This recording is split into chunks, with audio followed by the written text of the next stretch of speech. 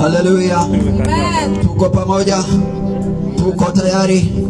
Wacha tuombe kwa sababu ya kumleta mtu wa Mungu. Baba, katika jina la Yesu, asante mwenye enzi, maana umetukuka jioni ya leo. Asante mtakatifu, maana tumekuja kwa jina lako. Tumefikisha injili sawa sawa na Mathayo 18. Bwana, ulisema kwamba nendeni kila sehemu ya ulimwengu, mukahubiri injili, mukawabatize, Bwana, mukawafanye wanafunzi. Asante maana tumefika Tanzania, na mtumishi wako anaposimama jioni ya leo, ninaomba Bwana ukajidhihirishe, ukaonekane mtakatifu na asionekane yeye mfalme wa wafalme. Ufunike na damu ya Yesu. Wacha neno lako ambalo ni upanga likapenye kwa mioyo ya watu wako. Wacha wale ambao ni wagonjwa jioni ya leo wakakutane na wewe kupitia neno lako, ukanene na kila jamii na kila mmoja aliye katika mji wa Tanzania.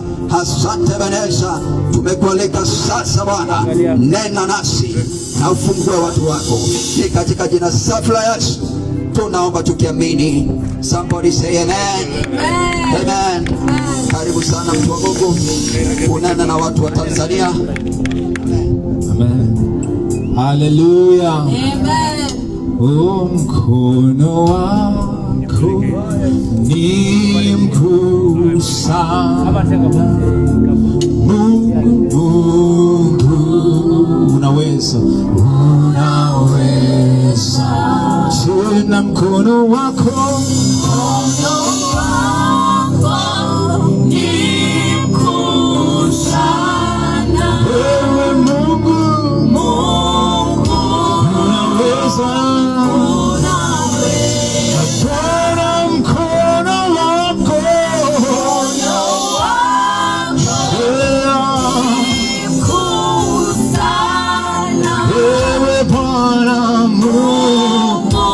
unaweza.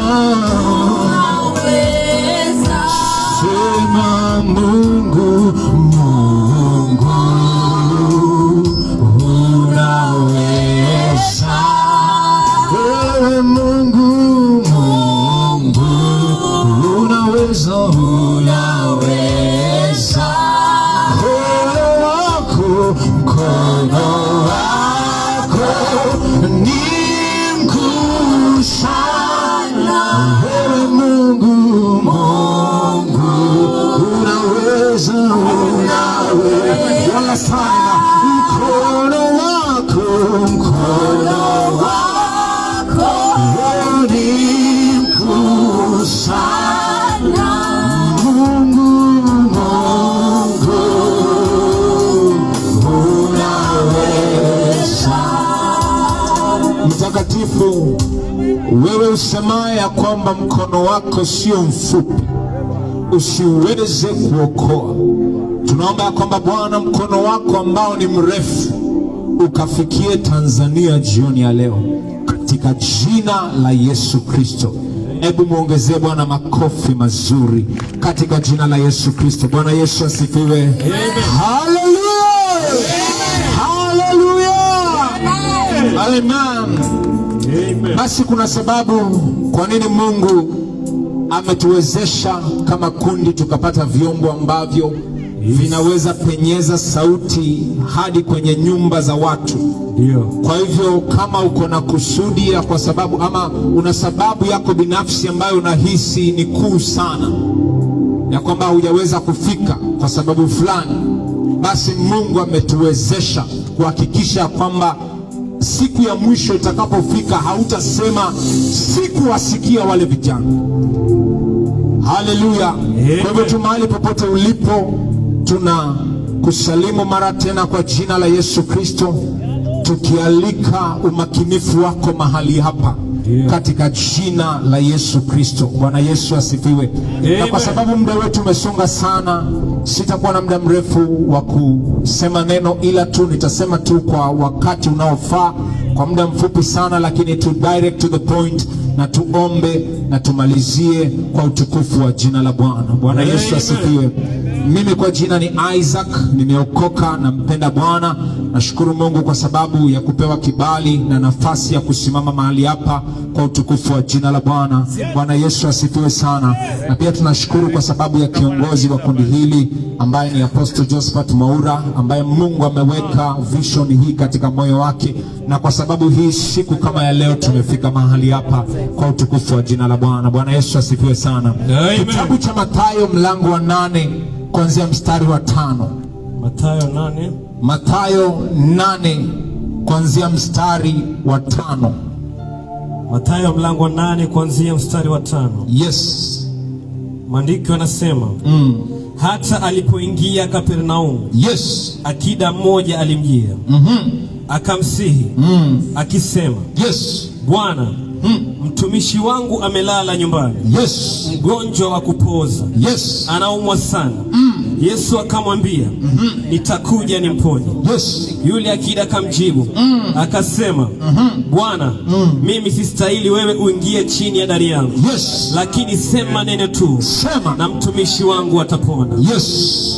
Bwana Yesu asifiwe. Amen. Haleluya. Amen. Basi maandiko yanatuambia kwamba Yesu katika pita zake, kama vile ambavyo tumeona mara tena na tena, hasa kutokea kitabu cha Matendo ya Mitume mlango wa 10 mstari wa 38, maandiko yanaposema kwamba Yesu alikuwa amepakwa mafuta, na alipokuwa amepakwa mafuta alikuwa akienenda huku na huku, na kusudi lake la kutoka mahali pamoja akienda mahali pengine ilikuwa ni kwamba akaweze kutenda mema na kuwaponya wote ambao walikuwa wameshikwa na adui. Amen. Ama wametendewa mabaya na adui. Amen. Na basi katika pita yake akiingia katika mji wa Kapernaumu, maandiko yanasema, Bwana Yesu asifiwe, akiingia katika Kapernaumu, Biblia inasema ya kwamba akida mmoja akamjia, akatumana neno akisema ya kwamba mfanyikazi wangu ni mgonjwa sana. Mgonjwa kupooza. Mfanyikazi wangu ni mgonjwa sana. Inawezekana ya kwamba huyo mfanyikazi alikuwa amemfanyia kazi kwa muda mrefu. Dio. Na kwa sababu hiyo alikuwa amejenga uhusiano mwema na huyo mfanyikazi. Yes. Ikafikia kwamba anataka sana mfanyikazi wake apone. Yes. Sio kama siku za leo wakati ambapo wafanyikazi wanaweza kuwa wagonjwa na bosi akiona huyo amekuwa mgonjwa sana na mtupa, anasema kuna wengi ambao ninaweza wapata kwa sababu ya kazi kama hii. Kwa hivyo anamtupilia mbali, anasema wewe enda ukatibiwe huko. Bwana Yesu asifiwe. Lakini huyu akida akawa akona moyo wa kumpenda mfanyikazi wake. Akona moyo wa kumtake care huyu mfanyikazi wake, hadi kwamba akamfuata Yesu, akatumana kwa Yesu akisema kwamba Yesu, kuna mtu ambaye ninampenda sana, kuna mtu ambaye ni wa manufaa makubwa sana kwangu mimi, na kwa sababu hii nimekujia, kwa sababu mtu huyu ambaye ni wa manufaa makubwa sasa hivi amepooza, sasa hivi ni mgonjwa, sasa hivi anaumwa sana. Bwana Yesu asifiwe. Amen. Huyu mtu anaumwa sana. Amen. Na kwa hivyo kazi nyingi zimesimama, shughuli nyingi zimesimama kwa ajili yake. Amen. Mambo mengi hayasongi kwa ajili yake. Dio. Kwa sababu anaumwa sana. Bwana Yesu asifiwe. Amen. Akida huyo anajaribu kumwambia Yesu ya kwamba nyumba yangu sasa imejawa na majonzi, kwa sababu huyu mtu wangu, kwa sababu huyu mfanyikazi wangu ni mgonjwa. Haleluya. Amen. Bwana Yesu asifiwe. Amen. Jambo moja nataka uelewe ni kwamba huyu akida alimpenda mfanyikazi wake. Yes. Alimpenda kwa upendo wa kweli. Alimpenda kwa upendo ambao ulikuwa hauna unafiki. Kwa sababu upendo wake ungalikuwa na unafiki, hangeweza kutumana kwa Yesu. Upendo wake ungalikuwa na unafiki, angalikuwa akitaka sana, huyu mfanyikazi amejua siri zangu nyingi, kwa hivyo heri hivi ni mgonjwa afe nipate mwingine angamie kabisa. Angalikuwa anataka sana aondoke. Lakini akaona, lakini huyu akili alikuwa ni wa kiutofauti. Alitamani sana mfanyikazi wake apone kutokana na ugonjwa wake. Akuwe tena katika ubora wake wa maisha. Akuwe tena katika afya yake njema. Bwana Yesu asifiwe. Na jioni ya leo sisi kama Ruaka tumekuja kama maakida ambao tumekuja kusema ya kwamba kuna watu wa Mungu ambao ni ndugu zetu. Kuna watu wengi ambao ni kaka zetu na dada zetu. Kuna watu wengi ambao ni marafiki zetu wa karibu. Na Bwana tumewatazama kwa umakini, kama vile akili alimtazama huyu mfanyikazi wake na akatambua kwamba huyu mtu ni mgonjwa. Nasi pia tumetazama kwa umakini, tukaona kwamba katika marafiki zetu wengi na watu wengi wa hata hapa Tanzania, wengi ni wagonjwa sana. Bwana Yesu asifiwe. Many are sick. Wengi ni wagonjwa. Tuanze na vijana tu. Vijana wengi ni wagonjwa. Ni vijana tu kama sisi. Maana kunajua kuna watu wengi wanajiuliza, hai jamani vijana kumbe wanaweza hubiri. Wale ni vijana wanahubiri pale. Mtu sasa anaambia jirani yake, nimepitia mahali nimepata vijana wadogo tu, vijana tu smart wanahubiri pale Injili. Jamani, sasa tumekuja kwa sababu ya hao wengine ambao unadhani hawawezi hubiri. Hao vijana wengine ambao umeona wakipotea sana, hao tumetambua kwamba ni ndugu zetu. Na tukadadisi kwa makini, tukaona katika mioyo yetu ya kwamba tuna upendo kwa sababu yao. Na kwa ajili ya hiyo tumekuja jioni ya leo kwa pamoja tumwambie Bwana, ndugu zetu ni wagonjwa. Ndugu zetu ni wagonjwa, wanaumwa sana. Bwana Yesu asifiwe. Ndugu zetu wanaumwa sana. Ndugu zetu ambao kazi ni kukaa kwenye tu mahali fulani kwenye bezi wanaziita, na wanakashtisha, wamejaza tu mashavu tu, yani wako hivyo tu. Ni ugonjwa ambao tumeutambua ugonjwa. Na tumekuja kumwambia Bwana, ndugu zetu ni wagonjwa. Ndugu zetu ni wagonjwa. Bwana Yesu asifiwe. Dada zetu wengi wamejiingiza katika anasa, wamejiingiza katika ukahaba. Wengi vipato vyao na ile pesa ambayo wanatumia kujitunza nayo kila siku inatokana na ukahaba na njia ambazo ni potofu. Na tumedadisi, tumeona waking'arang'ara dada zetu wengi tu, na tukaangalia tukachunguza, maybe hafanyi kazi lakini anakaa tu wako smart, na eventually tumetambua ya kwamba wengi wako katika ukahaba. Na tulipoangalia kwa umakini tukapata ukahaba katika list ya magonjwa ni ugonjwa. Na tumekuja kumwambia Baba yetu wa mbinguni mahali hapa ya kwamba dada zetu ni wagonjwa, wanaumwa sana.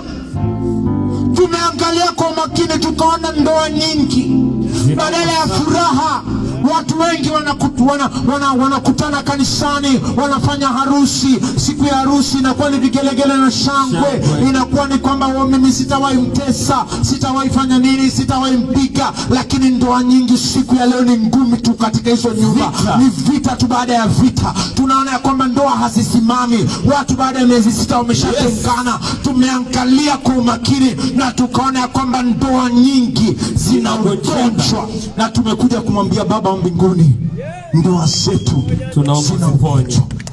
zinaumwa sana. Ndio Bwana, zinaumwa sana. Ndio Yesu. Bwana Yesu asifiwe. Amen. Praise the name of the Lord. Amen. Praise the name of the Lord. Amen. Wangapi wanakubaliana nami ya kwamba kuna ugonjwa ambao umevamia familia zetu? Bwana Yesu asifiwe. Tumeangalia ukoo mwingi.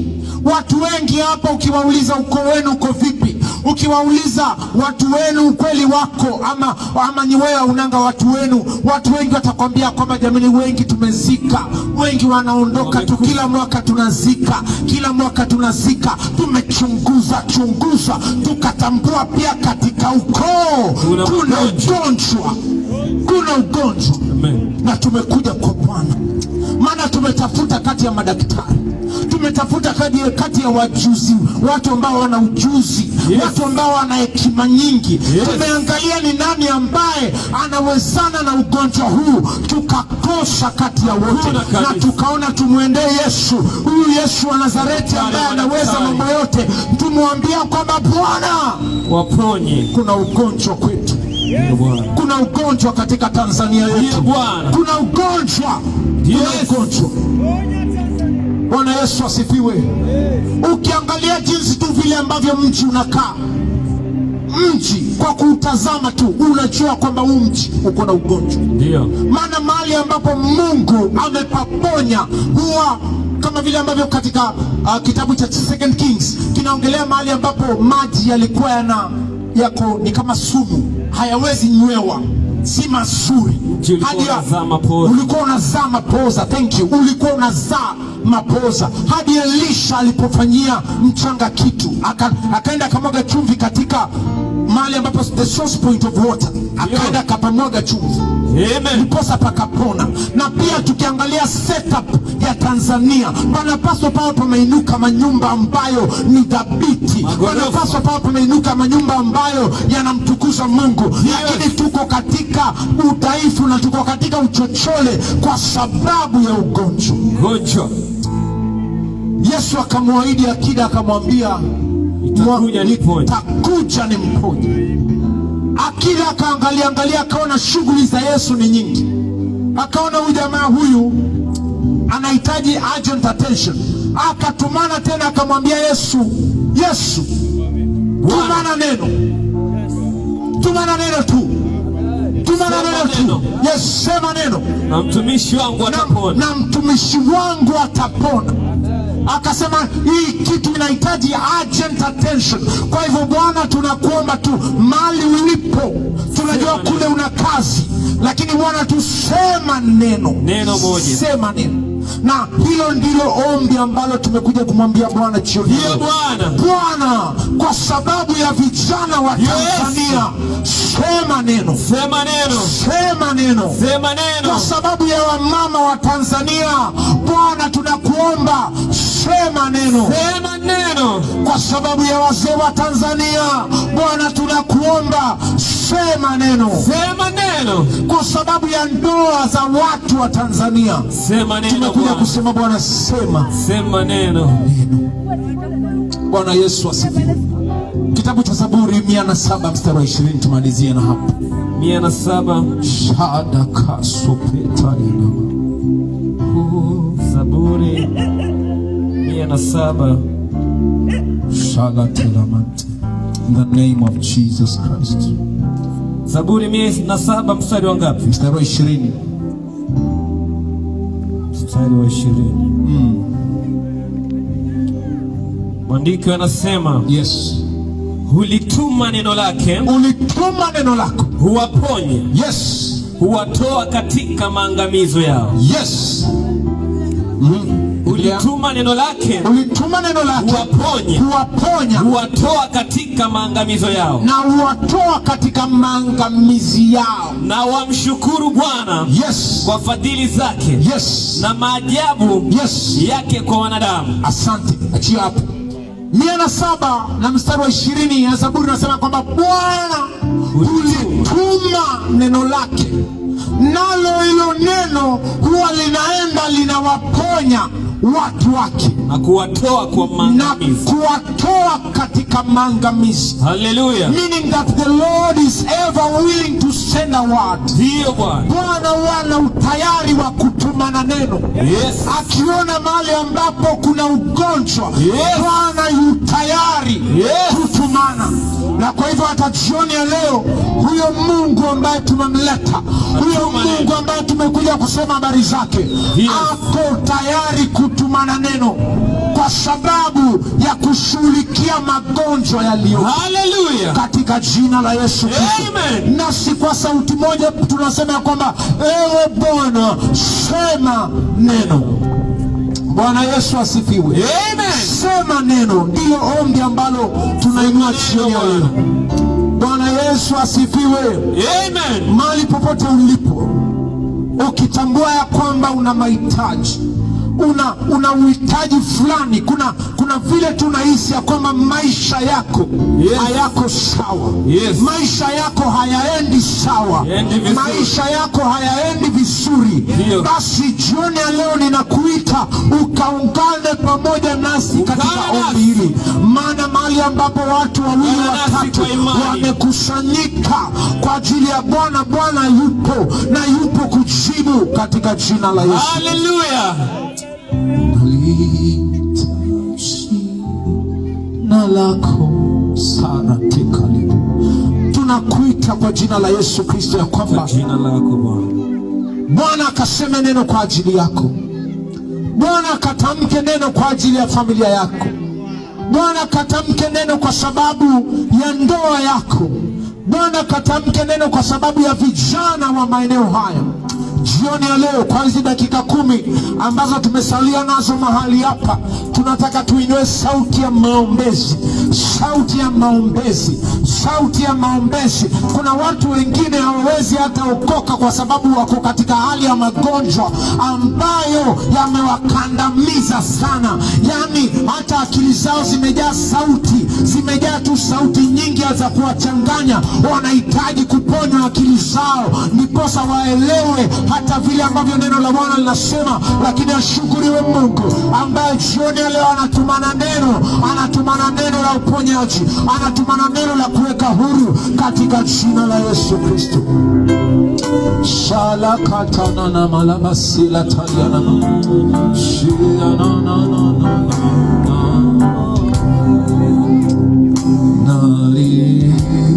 nalihitaji na lako na iniwe salama. Nalihitaji na lako na iniwe salama.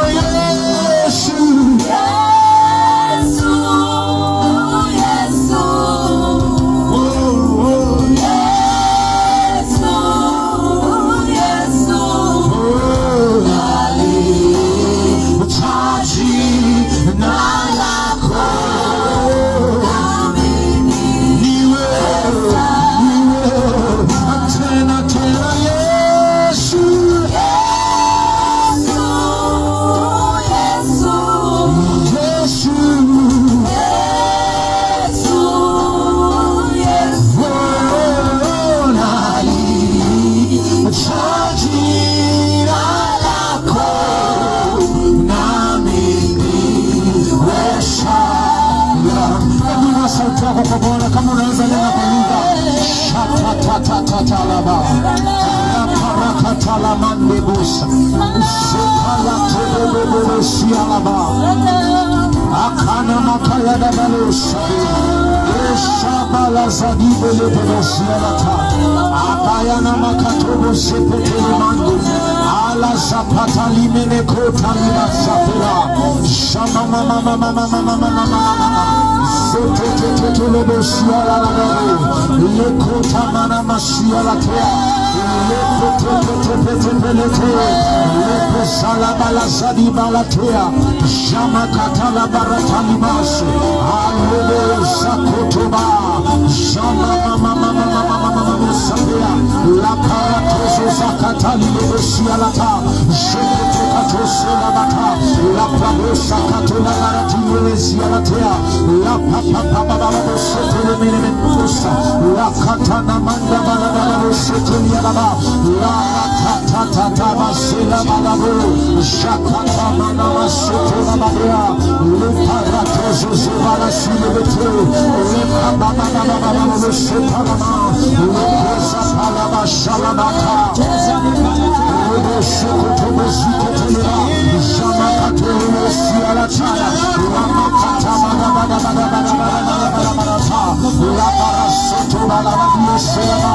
Le soso le shilete. La kosa sapalata. Le salaba. Le sialata. La Shama katala le selaba.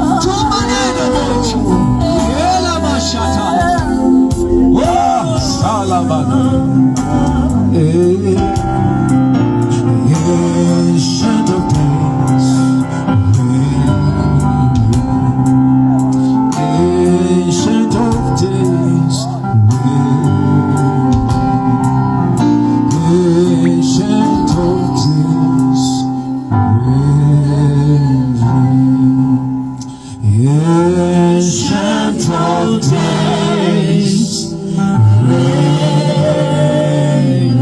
ancient of days, ancient of days,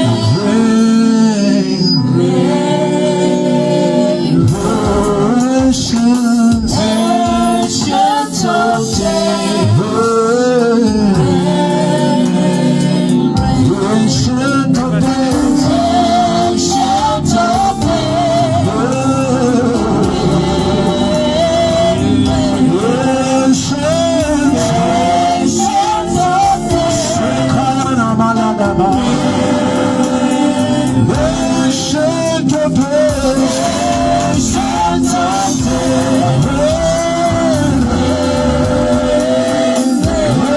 ancient of days,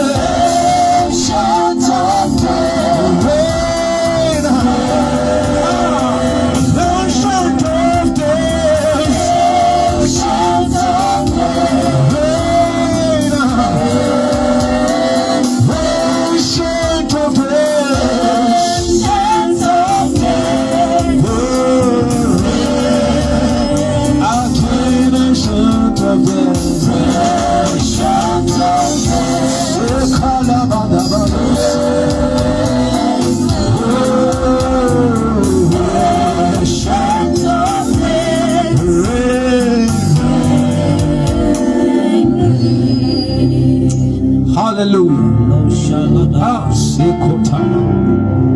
Sema neno na mfanye kazi wangu atapona. Sema neno. Sema neno. Sema neno. Shada balata. Bwana ametutuma na neno kwa sababu ya mji huu. Kwa wakati kama huu Bwana akaona ni vyema aiweke katika mioyo yetu tuje mahali hapa. Kwa hivyo upo hapa, sioni nyuma ya mahali ya taa hii, lakini inaweza kuwa maybe kuna watu. Kwa hivyo uko mahali hapa labda na uko na hitaji lolote na ungetamani tuombe pamoja nawe, ni wakati mzuri, unaweza songea karibu tukaomba pamoja nawe katika jina la Yesu Kristo. Unaweza songea karibu, unahisi unahitaji, unahisi una vita ambavyo unapigana, unahisi ya kwamba kuna neno ambalo Mungu anaweza sema nawe tukiomba pamoja nawe, unahisi ya kwamba imani yako imekuwa legevu, unahisi ya kwamba peke yangu siwezi, nahitaji ndugu zangu wanishike mkono. Kwa sababu hiyo tu hapa kwa sababu yako. Naweza songea karibu tukaomba pamoja nawe. Tunaweza omba pamoja nawe. Uko hapa pia unatamani kumfanya Kristo kuwa Bwana na Mwokozi wa maisha yako. Tunaweza pia omba pamoja nawe uliye mahali hapa. Hii ni nafasi yako. Hii ni nafasi yako. Hii ni nafasi yako. Hii ni nafasi yako. Uko hapo nyumbani, unahisi ya kwamba neno la siku ya leo pamoja na maabudu na sifa zimekubariki moyo wako, na una kilio ndani ya moyo wako, unasema kwamba jamani, hao vijana si wanaweza tuomba pamoja nami nikiwa hapa, kama tu huyo mfanyikazi wa huyo akida ambaye alikuwa amelala nyumbani. Inaweza kuwa uko nyumbani umelala kwa maumivu mengi, uko mahali ambapo kuna maumivu makali. Tunaweza pia kuombea jioni ya leo. Ninachokuomba, mahali popote ulipo, ukainue imani yako juu, ukainue imani yako juu, ndiposa tukaombe pamoja nawe. Basi Roho, nitaomba tutusongee karibu kidogo katika jina la Yesu Kristo. Nitaomba wengine wetu tunyoshe mikono upande wa huu, wengine tunyoshe mkono upande huu, wengine tunyoshe mkono upande huu, na wengine tunyoshe mkono upande wa nyuma katika jina la Yesu Kristo. Tafuta hakikisha kwamba kuna eneo ambalo limekuwa represent katika jina la Yesu. Alafu naomba tufungue vinywa vyetu, tutamke neno la uponyaji, neno la ukombozi. Mahali ambapo tumeelekeza mikono, tamka neno, tamka neno, tamka neno, tamka neno, tamka neno, tamka neno, tamka neno. Muombe hata kama hujui unaombea nani, muombeni kana kwamba unaombea ndugu yako ambaye mmezaliwa pamoja. Ombea mtu, ombea mtu, ombea mtu, ombea mtu, ombea mtu, ombea familia, ombea familia. Shakataba bosa, ramakatale masila, seketoba la sila mata, lima sepeteka, lima sila mantobe, ezami katalia bosa, ramakato sepeta, shiketani, liroto, aseni kopa, liyamasa pala, yedesa mipela, rekotosa, ashiketela, gusa watoto waliokonjosa pa, tunanyosha mikono yetu as an extension of your very hand. Rutosa papala lazile telewa liyamakatoe kwa jina la Yesu Kristo. Watu ambao adui amekalia, tunatangaza mwisho wa mateso, mwisho wa mateso, mwisho wa mateso, mwisho wa mateso, mwisho wa mateso. Sakatola asilata leupetesa kwa jina la Yesu, kwa jina la Yesu, kwa jina la Yesu, kwa jina la Yesu. Minyororo ambayo imeshikilia watu, tunatumana neno ambalo lipanga ukatao kuwili, ikakatuke minyororo, ikakapike minyororo kwa jina la Yesu Kristo. Sama katala. Sikio lako si zito, Jehova fikia wote kwa mkono wako uponyaji, kwa damu ya mwanakondoo. Wacha kukawe na uponyaji. You are come, Elohim, ancient of days, ancient of days,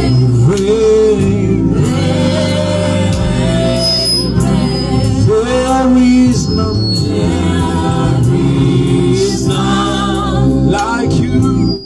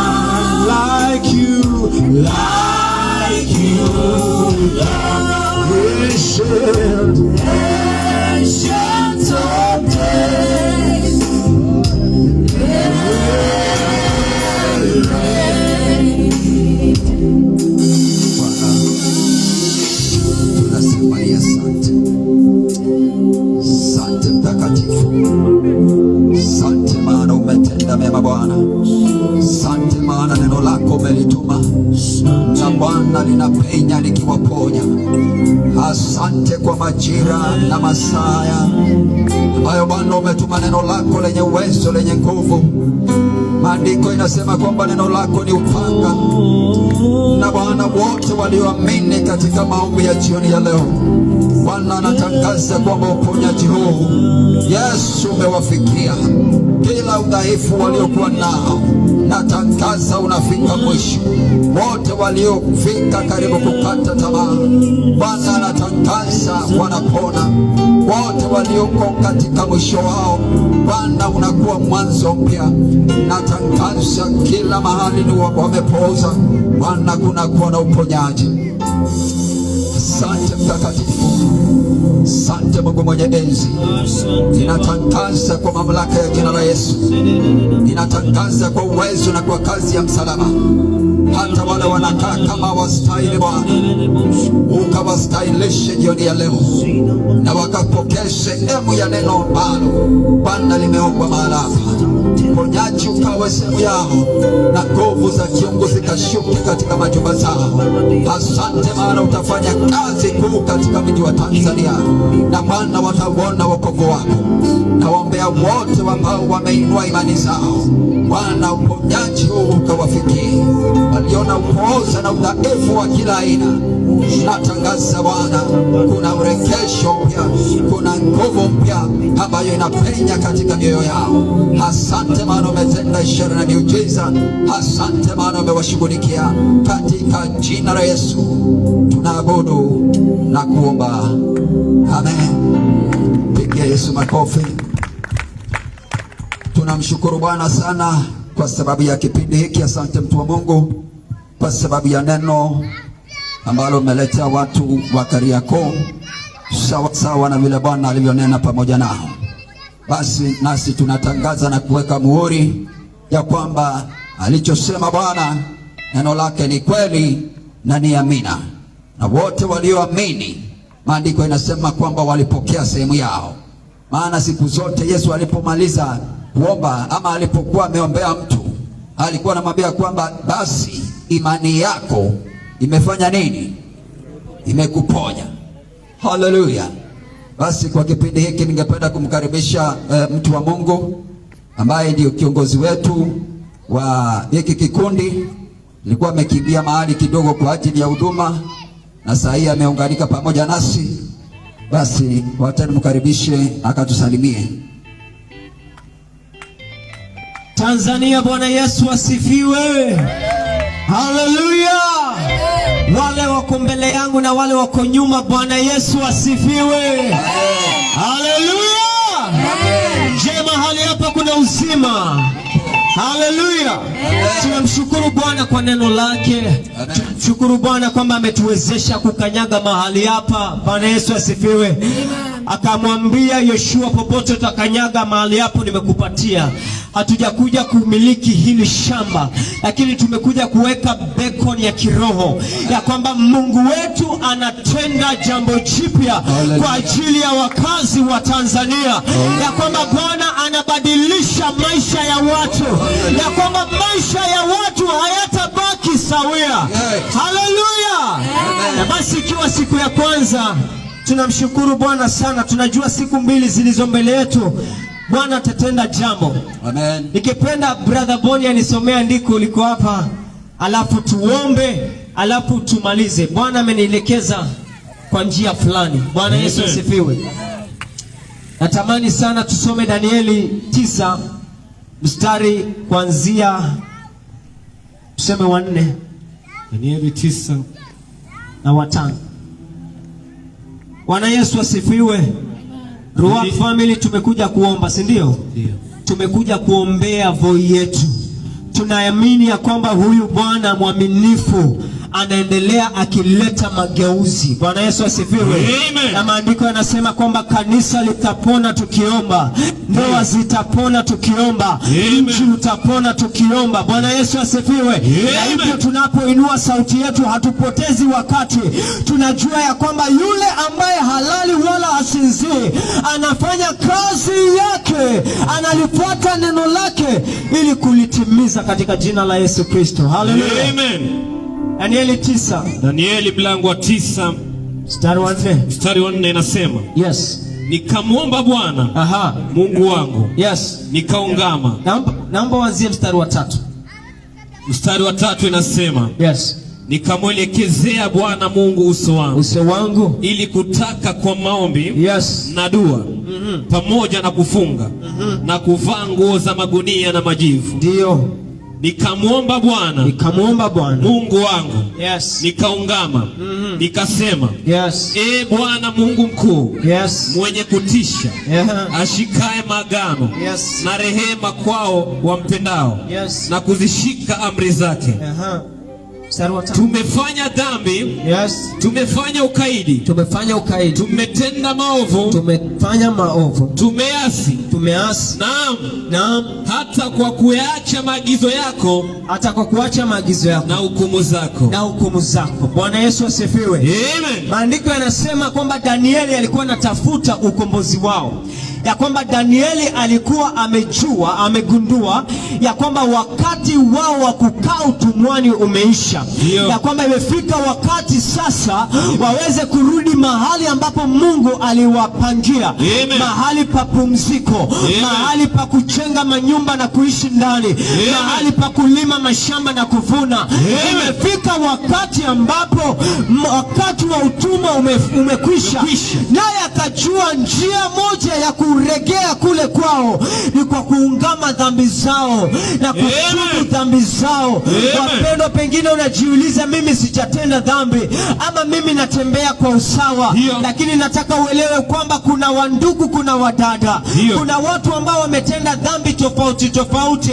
Na Mungu anaposema tunapotubu dhambi zetu ataponya nchi, ya kwamba Mungu anataka watu wawili watatu ambao wawe vijana ama wawe watoto, wawe wamama ama wawe wazazi, watu kadhaa ambao wataungama dhambi zao kwa ajili ya mji kuponwa. Mungu akamwambia Abrahamu ya kwamba ningepata watu 50 Sodoma singeiteketeza, nikipata watu wachache hata 5, ndio mji utapona. Wapendwa, mji wetu unaweza badilika. Unapona. Hii hali ya kukosa kazi kwa vijana wetu tunaweza ibadilisha. Itabadilika. Pengine iliharibiwa na watu kusema na kulaani watoto, lakini tunatangaza kwa damu ya Yesu laana zinavunjika. Tunaweza ungama dhambi zetu na Bwana akatuponya. Basi wewe ambaye naamini ya kwamba ukiamini kwa moyo wako na ufungue kinywa chako umwambie Bwana tusamee. Tumeacha njia zako Bwana tusamee. Tumeacha njia zako Bwana tusamee. Tumeacha njia zako Bwana tusamee. Tumeacha njia zako tusamee. Mji wetu na kuhitaji Bwana tusamee. Bwana tunakulilia. Mtu naweza inua sauti yako, unaweza rarua moyo wako, usirarue mavazi, rarua moyo ya kwamba Bwana tumefanya maovu.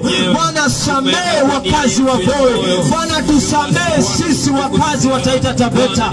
Bwana tukumbuke, kumbuka maagano yako, kumbuka baraka zako, kumbuka maksudi yako. Bwana tusamee, tunaenda kwa vumbi, tusamee Bwana, tunaomba utusamee, utusamee dhambi zetu Bwana. Tumeacha njia zako, tumeasi kwa njia nyingi, tumependa dunia, tusamee kwa yala mashataya ele baba posa. Wengi tumekulia kanisani lakini tumesahau hizo njia.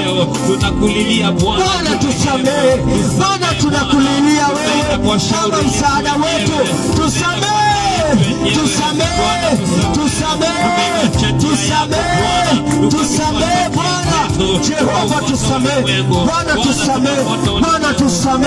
Ponya mji wetu, tunaomba tusamee dhambi zetu, tusamee, utuponye mji wetu, ponya ndoa zetu, ponya education system yetu, ponya our way of governance Bwana, tusamee. Tuongoze taifa, tuongoze county kwa hekima, tuongoze jamii zetu kwa hekima, tuongoze ndoa zetu kwa hekima, tuwe wazazi wenye njia sawa. Bwana tusamee, Bwana tusamee.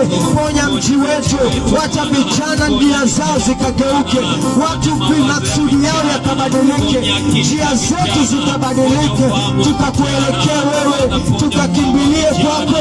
Msaada wetu, ngome yetu, yalabosa marata, maladosa parate, malibosa parate, mashekayata, mante parata. Tusamee, tusamee Bwana, tusamee dhambi zetu. Tumeishi maisha mawili, tumeishi kanisani na tumeishi kwa dunia. Tumeishi kwa dunia tukiwa ndani kanisani. Bwana tusamee, Bwana tusamee, Bwana tusamee. Upendo wako ukaidhirike Bwana, tusamee. Usinyamaze, lilia Bwana kwa ajili ya ndugu zetu, lilia ajili ya wazazi wetu. Tulilie Bwana kwa ajili ya vijana wetu.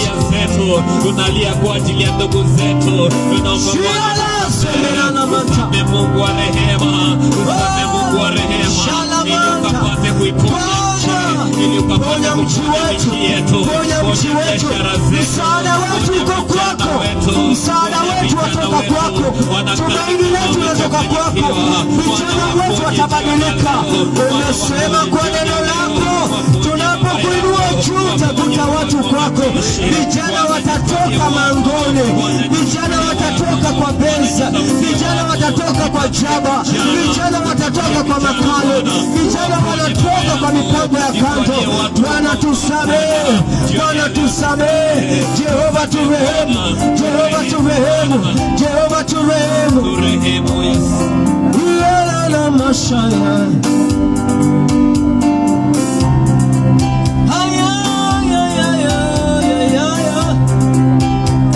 Wewe ndio kimbilio letu Bwana. Wewe ndio tumaini letu. Wewe ndio msaada wetu wa karibu wakati wa hitaji.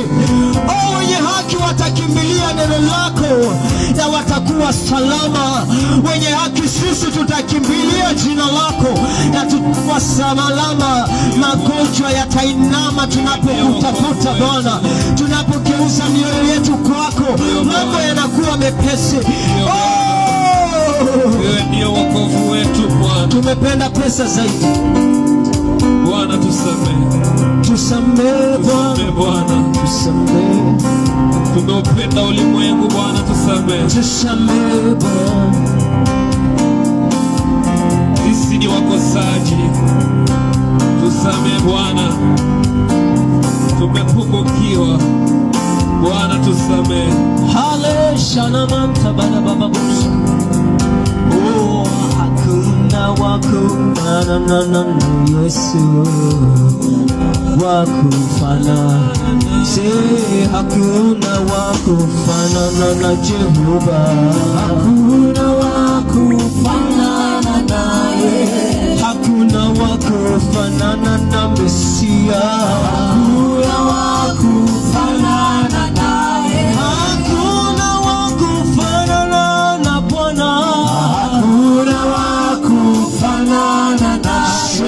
Yeye ni Bwana Yesu. Yeye ni Bwana.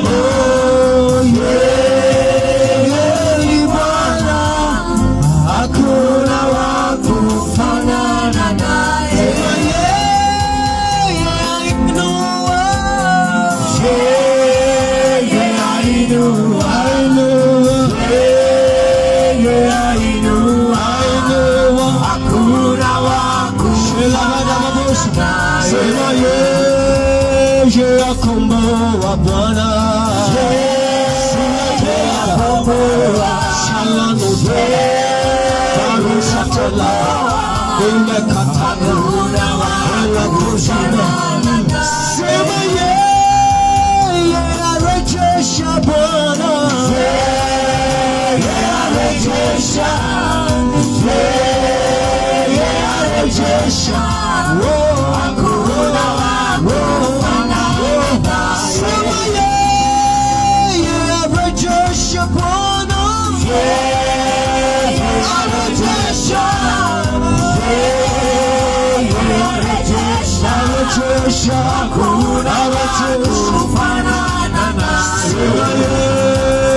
Yeye abadili Yesu. Yeye abadili. Yeye abadili.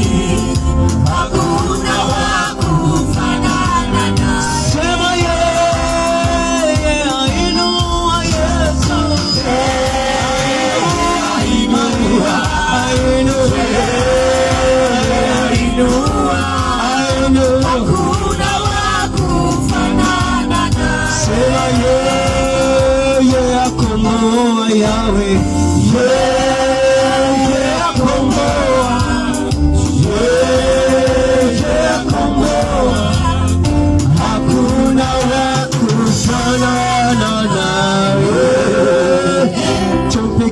na makofi ya juu.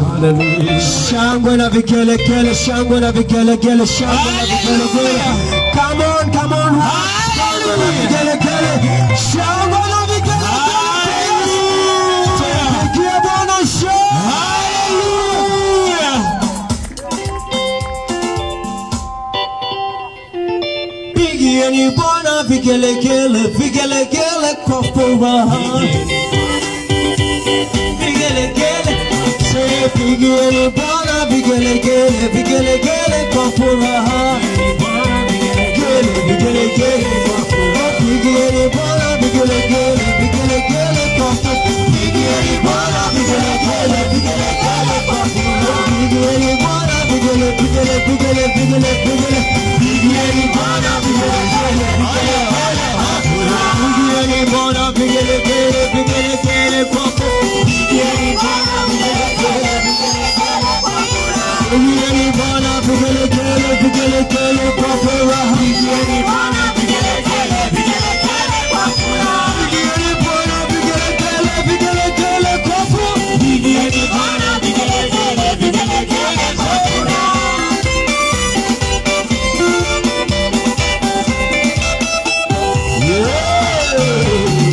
Ameniokoa, amenikomboa.